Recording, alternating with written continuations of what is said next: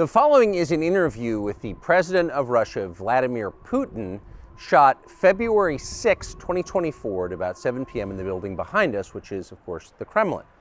The interview, as you will see if you watch it, is primarily about the war in progress, the war in Ukraine, how it started, what's happening, and most pressingly, how it might end. One note before you watch. At the beginning of the interview, we asked the most obvious question, which is, why did you do this? Did you feel a threat, an imminent physical threat? And that's your justification. And the answer we got shocked us. Putin went on for a very long time, probably half an hour, about the history of Russia going back to the 8th century. And honestly, we thought this was a filibustering technique and found it annoying and interrupted him several times. And he responded he was annoyed by the interruption. But we concluded in the end, for what it's worth, that it was not a filibustering technique. There was no time limit on the interview. We ended it after more than 2 hours. Instead, what you're about to see seemed to us sincere, whether you agree with it or not. Vladimir Putin believes that Russia has a historic claim to parts of Western Ukraine. So our opinion would be to view it in that light, as a sincere expression of what he thinks. And with that, here it is. Mr. President, thank you. On February 22nd, 2022, you addressed your country in a nationwide address when the conflict in Ukraine started.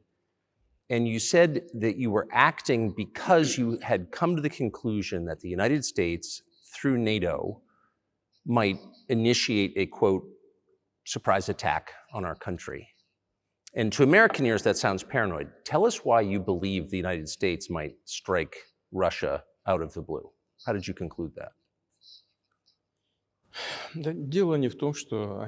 It's not that America, the United States, was going to launch a surprise strike on Russia. I didn't say that.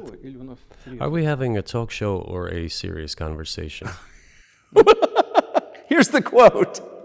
Thank you. It's a formidable, serious talk.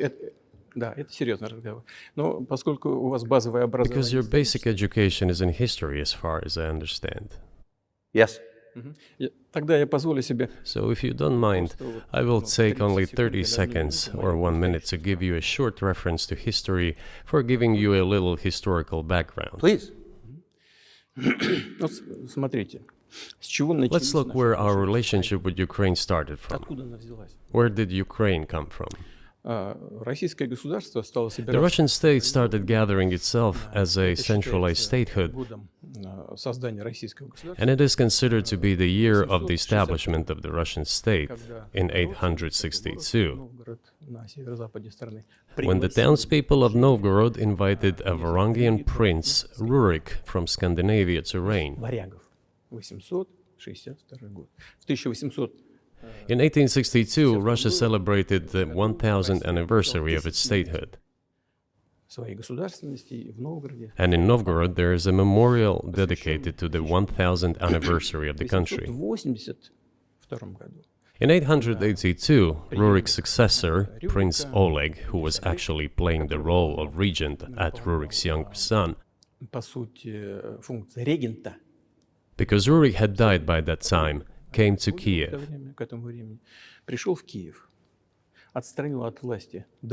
He ousted two brothers who apparently had once been members of Rurik's squad.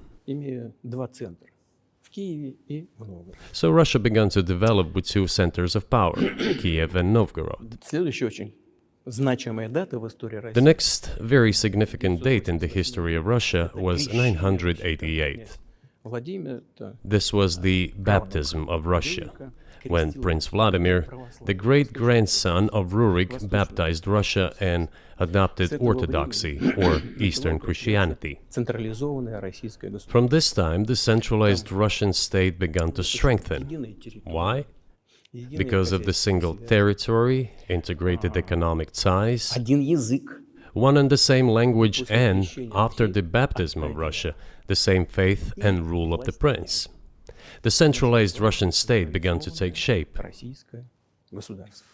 Back in the Middle Ages, Prince Yaroslav the Wise introduced the order of succession to a throne. But after he passed away, it became complicated for various reasons.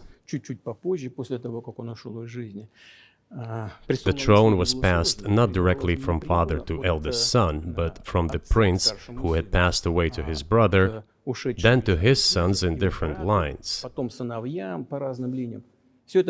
All this led to the fragmentation and the end of Rus as a single state. There was nothing special about it. The same was happening then in Europe.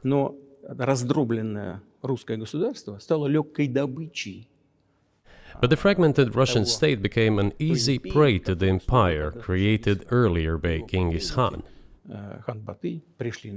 His successors, namely Batu Khan, came to Rus, plundered and ruined nearly all the cities. The southern part, including Kiev, by the way, and some other cities, simply lost independence, while northern cities preserved some of their sovereignty. They had to pay tribute to the horde, but they managed to preserve some part of their sovereignty. And then a unified Russian state began to take shape with its center in Moscow.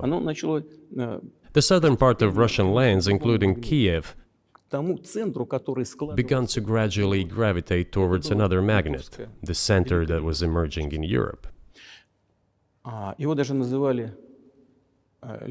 This was the Grand Duchy of Lithuania. It was even called the Lithuanian-Russian Duchy, because Russians were a significant part of this population. They spoke the old Russian language and were Orthodox. But then there was a unification, the union of the Grand Duchy of Lithuania and the Kingdom of Poland. A few years later, another union was signed, but this time already in the religious sphere. Some of the Orthodox priests became subordinate to the Pope. Thus, these lands became part of the Polish-Lithuanian state.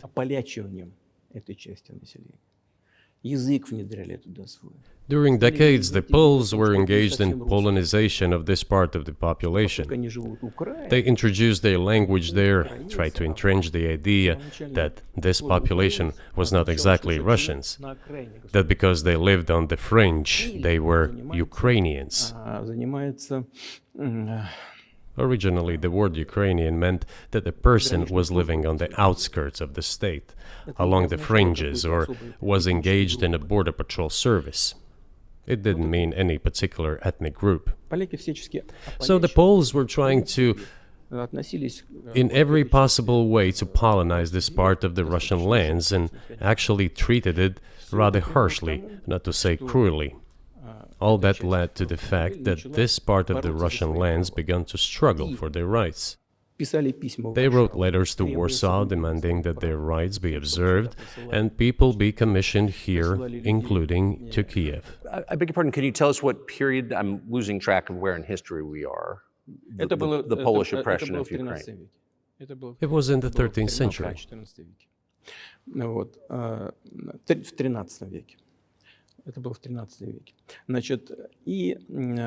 Now I will tell you what happened later and give the dates so that there is no confusion. And in 1654, even a bit earlier,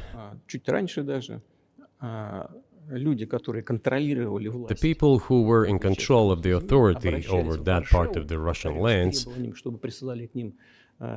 addressed Warsaw, I repeat, demanding that they send them to rulers of Russian origin and Orthodox faith. When Warsaw did not answer them, and in fact rejected their demands, they turned to Moscow, so that Moscow took them away. So that you don't think that I'm inventing things, I'll give you these documents. Well, it doesn't sound like you're inventing it. I'm not sure why it's relevant to what happened 2 years ago. But still, these are documents from the archives, copies. Here are the letters from Bogdan Khmelnytsky, the man who then controlled the power in this part of the Russian lands that is now called Ukraine. He wrote to Warsaw demanding that their rights be upheld.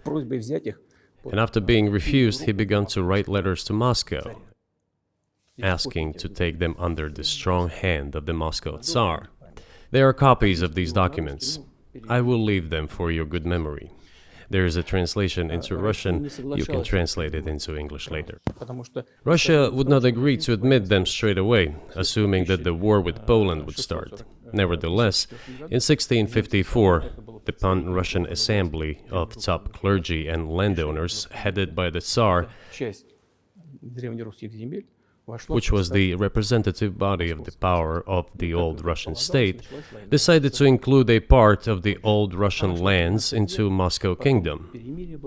As expected, the war with Poland began. It lasted 13 years, and then in 1654, a truce was concluded. And 32 years later, I think, a peace treaty with Poland, which they called Eternal Peace, was signed.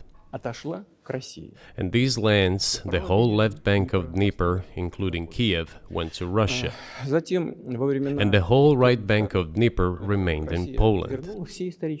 Under the rule of Catherine the Great, Russia reclaimed all of its historical lands, including in the south and west. This all lasted until the revolution. Before World War I, Austrian General Staff relied on the ideas of Ukrainianization and started actively promoting the ideas of Ukraine and the Ukrainianization.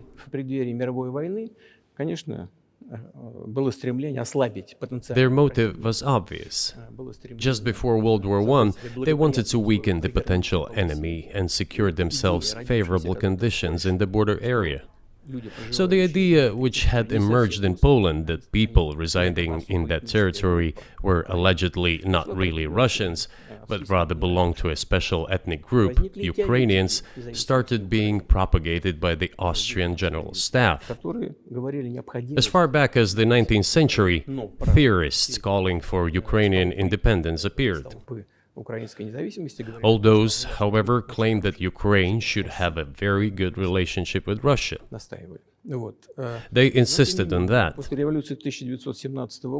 After the 1917 revolution, the Bolsheviks sought to restore the statehood, and the civil war began, including the hostilities with Poland. In 1921, peace with Poland was proclaimed, and under that treaty, the right bank of Dnieper River once again was given back to Poland. In 1939, after Poland cooperated with Hitler, it did collaborate with Hitler, you know? Hitler offered Poland peace and a treaty of friendship. An alliance demanding in return that Poland give back to Germany the so-called Danzig corridor, which connected the bulk of Germany with East Prussia and Königsberg.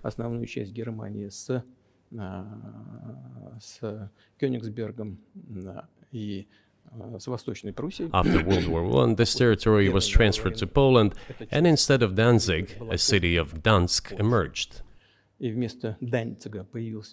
Hitler asked them to give it amicably, but they refused. Of course. Still, they collaborated with Hitler and engaged together in the partitioning of Czechoslovakia. But may I ask you, you're making the case that Ukraine, certainly parts of Ukraine, Eastern Ukraine, is in effect Russia, has been for hundreds of years. Why wouldn't you just take it when you became president 24 years ago? You have nuclear weapons, they don't. If it's actually your land, why did you wait so long? Sure. I'll tell you. I'm coming to that. This briefing is coming to an end. It might be boring, but it explains many things. I just don't know how it's relevant. Good. Good. I'm so gratified that you appreciate that. Thank you. So, before World War II, Poland collaborated with Hitler, and although it did not yield to Hitler's demands, it still participated in the partitioning of Czechoslovakia together with Hitler, as the Poles had not given the Danzig corridor to Germany and went too far, pushing Hitler to start World War II by attacking them. Why was it Poland against whom the war started on 1st September 1939? Poland turned out to be uncompromising, and Hitler had nothing.